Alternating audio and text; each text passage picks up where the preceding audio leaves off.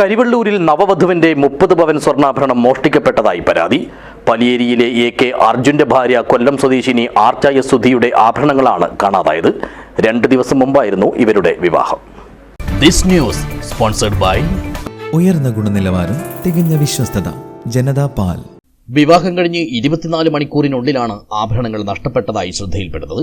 May 1-നായിരുന്നു അർജുന്റെയും ആർച്ചയുടെയും വിവാഹം. അന്ന് വൈകുന്നേരം അടിച്ചുവെച്ച ആഭരണങ്ങൾ വെള്ളിയാഴ്ച രാത്രി ബന്ധുക്കളെ കാണിക്കാനായി പരിശോധിച്ചപ്പോഴാണ് നഷ്ടപ്പെട്ടത് അറിഞ്ഞത്.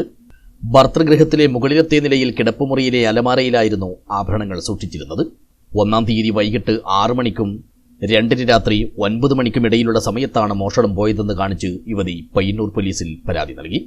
20 ലക്ഷം രൂപ വില വരുന്ന ആഭരണങ്ങൾ മോഷണം പോയെന്ന പരാതിയിൽ കേസെടുത്ത പയ്യന്നൂർ പോലീസ് അന്വേഷണവും ആരംഭിച്ചു. കണ്ണൂരിൽ നിന്നുള്ള ഫോറൻസിക് വിദഗ്ധരും ഡോഗ് സ്ക്വാഡും സ്ഥലത്തെത്തി തെളിവുകൾ ശേഖരിച്ചു. അലമാരയിൽ നിന്നും ആഭരണ പെട്ടികളിൽ നിന്നും ലഭിച്ച വിരലടയാളങ്ങൾ കേന്ദ്രീകരിച്ചാണ് പോലീസ് അന്വേഷണം പുരോഗമിക്കുന്നത്. News bureau, Cheruvathur.